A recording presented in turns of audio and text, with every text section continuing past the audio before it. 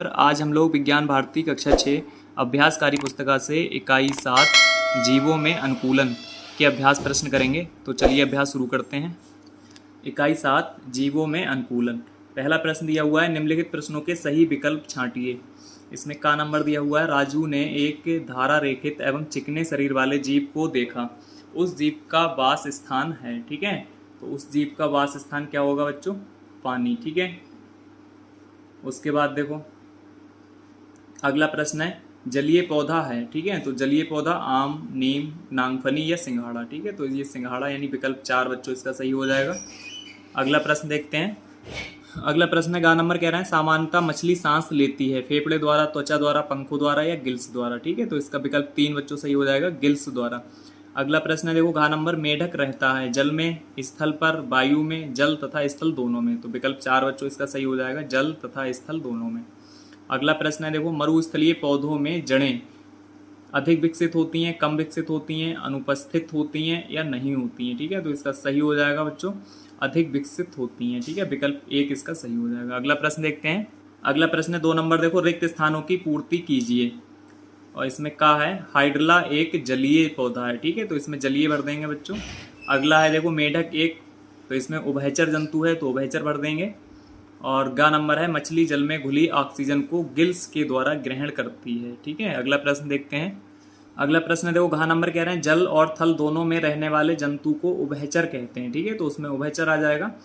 अगला है देखो, पक्षियों की अस्थियां होती हैं, कैसी होती हैं बच्चों? खोखली होती हैं, ठीक है। इसी कारण वो उड़ पाते हैं, आराम से उड़ने में सहायता करती हैं, ये खोखली होती हैं इस वजह से।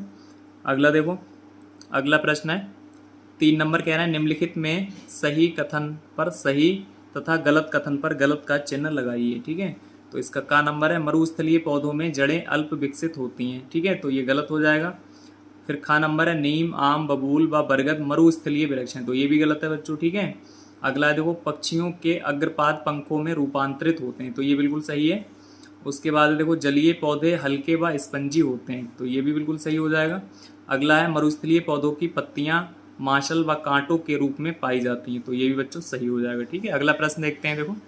अगला प्रश्न है, स्तंभ का तथा स्तंभ खा को सुमेलित कीजिए, ठीक है। तो स्तंभ का ये है बच्चों, स्तंभ खा ये है, ठीक है। तो मछली, तो गिल्स से मिला देंगे इसको, गिल्स पाए जाते हैं मछली में। जलकुंभी, तो जलकुंभी एक जलीय पौधा होता है, तो जलीय पौधा मिला देंगे इसको, ठीक है। मेढक, तो मेढक उभयचर है, तो उभयचर से मिला देंगे।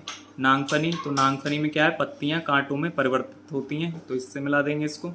और पक्षी, तो पक्षी हो जाएंगे खोली अस्थियां, ठीक है, यानी खोखली अस्थियां इसमें होना चाहिए बच्चों, ठीक है। यहाँ पे खोली की जगह खोखली अस्थियां, ठीक है। अगला प्रश्न देखते हैं। अगला प्रश्न देखो, 5 नंबर कह रहा है, निम्नलिखित में जो बेमेल हैं उसे छांट कर लिखिए, ठीक है। तो का नंबर हो जाएगा इसका, तोता, कबूतर, कछुआ और गौरैया, ठीक है। तो देखो, तोता, कबूतर और गौरैया ये तीनों ही पक्षी हैं, ठीक है, यानी ये वायवीय प्राणी हैं तीनों, और ये स्थलीय प्राणी है बच्चों, ठीक है। तो सबसे भिन्न हो जाएगा। अगला प्रश्न है देखो, खा नंबर, गाय, बैल, बकरी और ऊंट, ठीक है। तो इनमें सबसे बेमेल हो जाएगा बच्चों ऊंट, ठीक है, क्योंकि ऊंट जो है वो मरुस्थलीय प्राणी है, ठीक है। अगला प्रश्न देखते हैं। अगला प्रश्न है, तितली, मधुमक्खी, खरगोश और घरेलू मक्खी, ठीक है। तो इन सब में देखो, तितली, मधुमक्खी और घरेलू मक्खी ये तीनों ही जो है उड़ने वाली हैं, और खरगोश जो है वो स्थलीय प्राणी है, तो खरगोश इसमें सबसे भिन्न हो जाएगा। अगला प्रश्न है, सिंघाड़ा, आम, अमरूद और नीम, ठीक है। तो आम, अमरूद और नीम, ठीक है, ये स्थलीय पेड़ पौधे हैं, स्थल पे पाए जाते हैं, जबकि सिंघाड़ा बच्चों जो है वो जलीय पौधा है, ठीक है। तो सिंघाड़ा सबसे भिन्न हो जाएगा इसमें। हाइड्रिला और घीकबार, सतावर और नांगफनी, ठीक है। तो इसमें जो सबसे भिन्न हो जाएगा वो हाइड्रिला हो जाएगा बच्चों, ठीक है, हाइड्रिला, ठीक है। अगला प्रश्न देखते हैं। अगला प्रश्न देखो, 6 नंबर, निम्नलिखित प्रश्नों के उत्तर एक शब्द में दीजिए। पक्षियों के पंख किस अंग का रूपांतरण है, ठीक है। तो पक्षियों के जो पंख हैं वो किस अंग का रूपांतरण है बच्चों? अग्रपाद के, ठीक है। तो इसमें अग्रपाद आ जाएगा। खा नंबर है, ऊंट किस प्रकार के वातावरण में रहता है? तो मरुस्थलीय वातावरण में रहता है, ठीक है।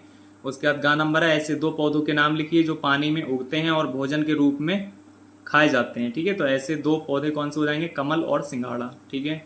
अगला है, जलीय पौधों के सभी भागों पर जलरोधी पदार्थ को क्या कहते हैं, ठीक है। तो इसको उपचर्म कहते हैं बच्चों। उड़ने वाले कीटों में कितने जोड़ी पंख होते हैं? तो 2 जोड़ी, ठीक है। अगला प्रश्न देखते हैं। अगला प्रश्न है देखो, 7 नंबर, निम्नलिखित प्रश्नों के उत्तर लिखिए।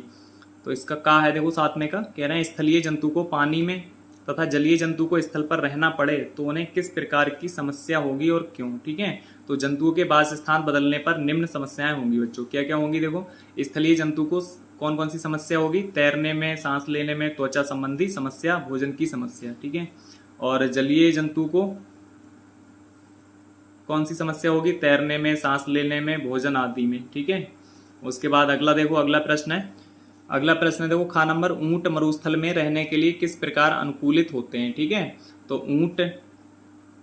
ऊंट में मरुस्थल में रहने हेतु अनुकूलन क्या क्या होता है देखो, उनके गद्देदार तलवे होते हैं और खुरदरी त्वचा होती है, लंबे पैर होते हैं और जल संचय की क्षमता होती है उनके अंदर बच्चों। ठीक है, अगला प्रश्न देखते हैं देखो, अगला प्रश्न है देखो जलीय पौधों में अनुकूलन कैसे होता है। ठीक है, तो जलीय पौधों में अनुकूलन कैसे होता है, तना कोमल होता है एवं पतला होता है इनका।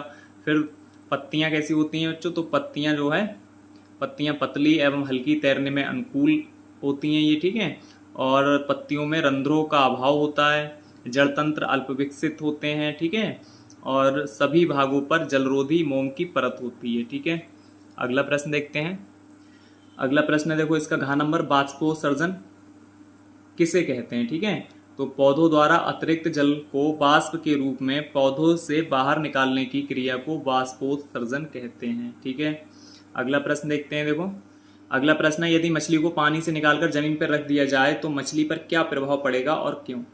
तो देखो इसमें लिखेंगे हम, जल से बाहर निकालने पर मछली सांस नहीं ले पाएगी क्योंकि मछली गलफड़े यानी गिल्स के द्वारा सांस लेती है, इसलिए जल से बाहर वह ऑक्सीजन ग्रहण ना कर पाने के कारण मर जाएगी बच्चों। ठीक है, अगला प्रश्न देखते हैं, अगला प्रश्न है देखो 8 नंबर कह रहा है निम्नलिखित जंतुओं और पौधों को उनके वास स्थान के अनुसार वर्गीकृत कीजिए। ठीक है, तो गाय है, बकरी है, बैल, ऊंट, मछली, अमरूद, नागफनी, सिंघाड़ा, बबूल, कछुआ। ठीक है, तो जंतुओं के नाम, इसमें हम जंतुओं के नाम लिख देंगे, यहाँ पे उनका वास स्थान लिख देंगे, यहाँ पौधों के नाम और उनका वास स्थान लिख देंगे। ठीक है, तो जंतुओं में देखो गाय, बकरी, बैल और ऊंट बच्चों। ठीक है, ये स्थलीय प्राणी है तो स्थल पे पाए जाते हैं, स्थल लिख देंगे, इनका वास स्थान स्थल होता है।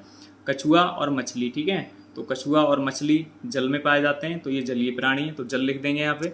उसके बाद पौधों का नाम, यहाँ पौधे लिखेंगे देखो अमरूद, बबूल और नागफनी। ठीक है, तो अमरूद और बबूल जो है वो स्थलीय पौधे हैं तो स्थलीय लिख देंगे इसके सामने। नागफनी जो है बच्चों वो मरुस्थलीय पौधा है तो मरुस्थल लिख देंगे, और सिंघाड़ा जो है वो जलीय पौधा है तो जलीय लिख देंगे इसके सामने। ठीक है, अगला प्रश्न देखते हैं, अगला देखो 9 नंबर है, निम्नलिखित प्रश्नों में अंतर लिखिए। जलीय जंतु यहाँ और उभयचर जंतु यहाँ। ठीक है, तो जलीय जंतु कौन कौन से हो जाएंगे, स्थल पर रहते हैं, चलने के लिए 4 पाद, विकसित श्वसन तंत्र जैसे गाय, कुत्ता और बकरी। ठीक है, उसके बाद उभयचर जंतु जो होते हैं वो स्थल पर व जल दोनों में रहते हैं और जल और स्थल दोनों पर जीवित रह सकते हैं ये। ठीक है, उसके बाद है जैसे मेढक हो गया और कछुआ हो गया। ठीक है, अब देखो जलीय पौधे, तो जलीय पौधों का तना हल्का व स्पंजी, जड़ तंत्र अल्प विकसित और रंध्र जो हैं वो कम होते हैं इसमें। ठीक है, जैसे कमल और सिंघाड़ा। और मरुस्थलीय पौधे हो जाएंगे, ऐसे पौधों में तना माशल व स्पंजी, जड़ तंत्र विकसित, रंध्र कांटों में रूपांतरित होता है जैसे नागफनी और सतावर बच्चों। ठीक है, अगला प्रश्न देखते हैं, अगला प्रश्न है देखो 10 नंबर कह रहे हैं निम्नलिखित जीवों के प्रकार के अनुसार उनके नाम लिखिए। ठीक है, तो मरुस्थलीय यहाँ पे लिखना है, मरुस्थलीय इसमें, जलीय इसमें। ठीक है, और वायवीय यहाँ और जलीय यहाँ लिख देंगे। ठीक है, तो मरुस्थलीय जैसे ऊंट हो जाएगा, नागफनी, सतावर, सफ़ेद हिरण। ठीक है, स्थलीय कौन से हो जाएंगे, कुत्ता, शेर, गाय, बिल्ली, बकरी, चीता। ठीक है, वायवीय कोयल, कबूतर, बाज, कौआ और बगुला बच्चों। ठीक है, उसके बाद देखो जलीय हो जाएंगे मछली, कछुआ और जोंक। ठीक, अगला प्रश्न देखते हैं, अगला प्रश्न देखो 11 नंबर कह रहा है निम्नलिखित संकेतों की सहायता से वर्ग पहली को पूरा कीजिए। ठीक है, तो बाएं से दाएं, मरुस्थलीय पौधा तो हम नागफनी भर देंगे उसमें, स्थलीय पौधा नीम, पक्षी का नाम तोता, कीट का नाम तितली और मरुस्थलीय जंतु का नाम ऊंट। ठीक है, ऊपर से नीचे, ये तो बाएं से दाएं भरना है हमें। अब ऊपर से नीचे देखो क्या भरना है, स्थलीय जंतु तो गधा हो जाएगा, जलीय जंतु मछली, उड़ने वाला जंतु तो कीट हो जाएगा बच्चों। ठीक है, तिरछे क्रम में हमें लिख देखना है तो 9 नंबर पे हमें मरुस्थलीय पौधे का नाम सतावर। ठीक है, अब देखो वर्ग पहली को हमें फिल करना है, इसमें पूर्ण करना है। तो देखो ये वर्ग पहली हो जाएगी, 1 नंबर पे क्या था, नागफनी। ठीक है, तो ये हो जाएगा नागफनी 1 नंबर में और बाएं से दाएं। ठीक है, उसके बाद 2 नंबर पे स्थलीय पौधा तो नीम हो जाएगा। ठीक है, और 3 नंबर पे पक्षी का नाम था तो 3 नंबर देखो ये है तो तोता हो जाएगा ये। ठीक है, 4 नंबर पे कीट का नाम तो तितली। ठीक, उसके बाद है 5 नंबर पे मरुस्थलीय जंतु का नाम, तो 5 नंबर पे मरुस्थलीय जंतु कौन सा हो जाएगा बच्चों? ऊंट हो जाएगा। ठीक है, अब देखो 6 नंबर देखेंगे तो 6 नंबर में क्या है? स्थलीय जंतु। ठीक है, तो स्थलीय जंतु ऊपर से नीचे हमें देखना है, तो ये गधा हो जाएगा। और 7 नंबर पे देखो जलीय जंतु मछली, तो 7 नंबर ये है, तो जलीय जंतु मछली हो गया ये। ठीक है, ऊपर से नीचे। ऊपर से नीचे देखना है हमें 8 नंबर पे उड़ने वाला जंतु, तो कीट। ठीक है, तो यहाँ पे हमने ये ऊंट बनाया था, टा यहाँ पहले से लिखा हुआ है, तो की और टा कीट हो जाएगा बच्चों ये। ठीक है, उसके बाद देखो 9 नंबर पे कह रहे हैं तिरछे क्रम में, तो 9 नंबर पे हो जाएगा मरुस्थलीय पौधे का नाम सतावर। ठीक है, तो तिरछे क्रम में 9 नंबर पे सतावर। ठीक है, तो यहाँ पे हम बच्चों वाह लिख देंगे ये। ठीक है, जब वाह लिख देंगे यहाँ पे तो ये हो जाएगा सतावर। ठीक है, तो ये हो गया सतावर। ठीक, तो इस तरीके से हम इस बार पहली को पूरा कर लेंगे बच्चों। ठीक है बच्चों, वीडियो से अगर आपकी थोड़ी सी भी हेल्प हुई हो तो वीडियो को लाइक करें, अपने दोस्तों के साथ शेयर करें और चैनल को सब्सक्राइब जरूर करें। धन्यवाद।